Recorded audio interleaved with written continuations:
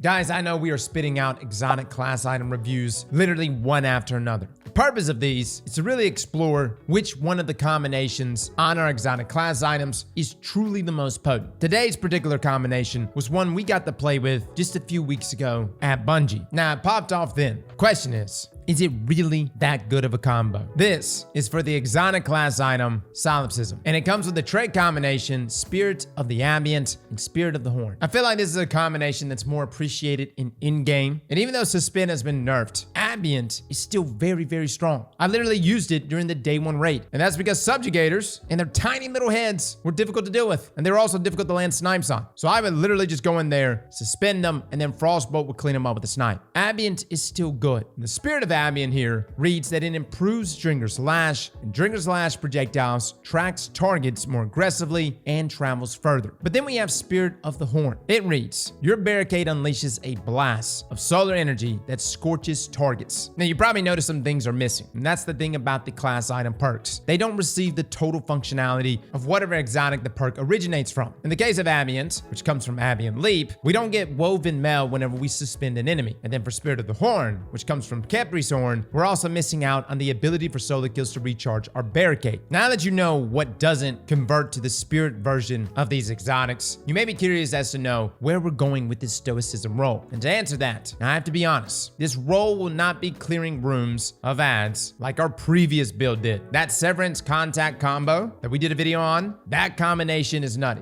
Almost too nutty. And I know some people even commented that and said, dude, that's too many explosions. Just wait. You're gonna be in Grandmaster Nightfalls and you're gonna need that many explosions. Matter of fact, this week we're gonna have Grandmaster Excision, so you're gonna need that many explosions even there. But this combination offers something completely different. It's an opportunity to rely on your class ability as a third source of damage, and also to suspend everything in front of you, which is great for making everything extremely vulnerable, not only for yourself, but also for your teammates. The other thing that's beautiful about this is that this particular combination dips into both the light and dark damage abilities, so therefore they both contribute to those transcendent meters. That's because Kepri is solar, and Abeyant with Dringer's Lash is strand. You've got two sources in one from a single class ability being used. So let's dive deeper into Sprit of the Abeyant first. Here, there are a couple things happening as it improves Dringer's Lash. First, looking at base Dringer's Lash, whenever we pop a barricade, one suspending wave will spawn. Funny enough, if you use it with the thruster, a suspending mine will appear at our location that detonates after about a second. Then if we look at this functionality with Sprit of the Abeyant, it improves both effects. Now, the thruster spawn mine is something we won't really be covering since it doesn't even work with Sprit of the Horn. Matter of fact, Bungie, please allow Sprit of the Horn and Kepri's to work with our thruster. But as you can see here, the mine will now track before detonating, which would be pretty cool in something like PvP, especially if it worked with Kepri's. But for how we're utilizing this today, our barricade, which we always use Rally because of the low cooldown, will spawn 3 waves. Each of those will have better tracking and a longer lifetime.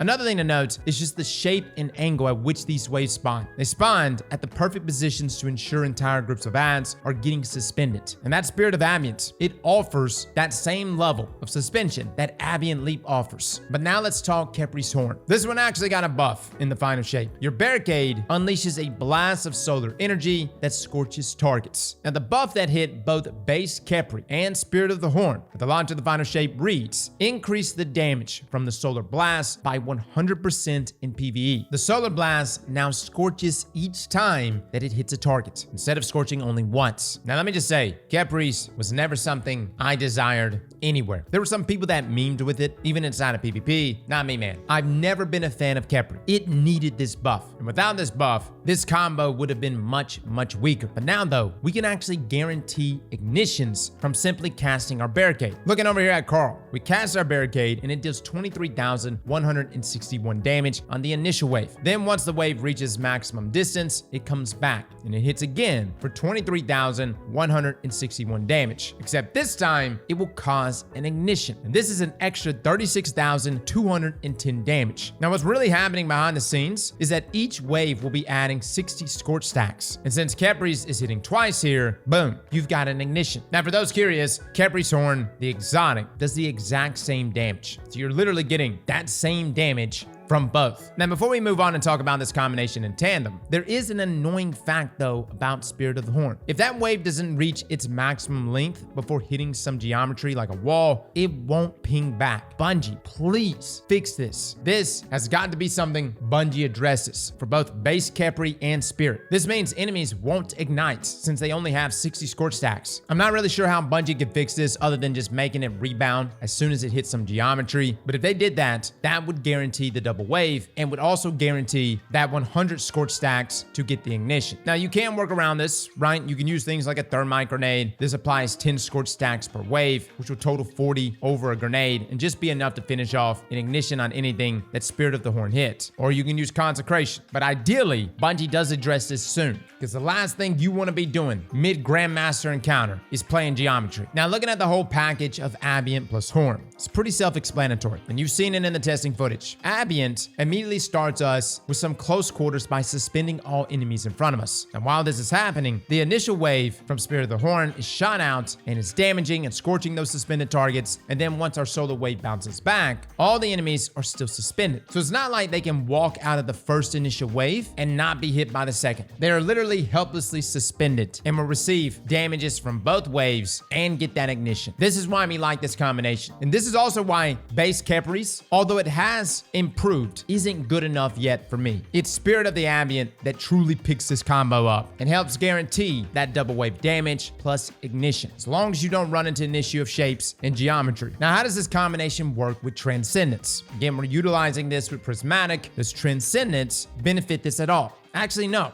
Transcendence doesn't boost class ability energy. So it's not like you're gonna be able to spit out 20 barricades back to back. What this combination does is allow you to get to Transcendence faster. And that's because of the combination of that solar and strand constantly making contact and building into those transcendent meters. Now, for the last bit of this video, I wanted to touch on the synergy that exists though within our prismatic subclasses and our artifact. For our other aspects to pair with Drinker's Lash, you can really use whatever you want. I landed on Consecration because you can cause ignitions back to back, but there's no single best option here. You can go Diamond Lance if you want, literally spawn a Diamond Lance in. You can go crazy with the ability spam. Now, as for our fragments, there are a few that stand out for this combo. The first I want to mention is Facet of Courage. This says that your Arc, Solar, and Void abilities deal increased damage to targets afflicted with darkness debuffs. Now, this is perfect because Suspend is one of those debuffs. Unfortunately, Spirit of the Horn's damage doesn't increase with this. I feel like this video is turning more into like what we want to work with Khepris and the Spirit of Khepris versus what actually is working. Now, granted, if you utilize other things though, like Thunderclap or Thermite grenades or Pulse grenades, you can expect that 10% increase in damage. But again, Bungie, can we get some synergy out here? Now, the next big fragment is Facet of Ruin, which reads increases the size and damage of the burst when you shatter a stasis crystal or frozen target, and increases the area of effect of solar ignitions. Now, this is a no-brainer. Spirit of the Horn is causing ignitions. This makes them deal more damage in a larger radius. And the next is Facet of Hope, where we get our class ability back quicker whenever we have an elemental buff. Now, this is super easy to do through various different ways, like Facet of Dawn or Purpose, which allows us to have our barricade and subsequent effects available more often. And then for the final fragment that immediately jumped out is Facet of Devotion, where defeating targets afflicted with stasis or strand debuffs grant bonus light transcendence energy. Now, just like Facet of Courage, this fragment will be proccing whenever we get kills with our class ability combo. Now, the last thing to mention is in our artifact. Now, there are no mods that actually interface with this combo directly. Everything here is asking us to use melees or grenades. And while you surely can benefit from those while using this combo, they don't actually increase the combination itself. If you really want to see everything taken advantage of, check out our Severance and Contact video. Overall, guys, this is still a combination that I really like. And if anything, even if you're like a terrible player, like you can't land a headshot to save your life, you pop your super and just die, you don't even know where the keybind to Transcendence is. Not saying that you're that guy,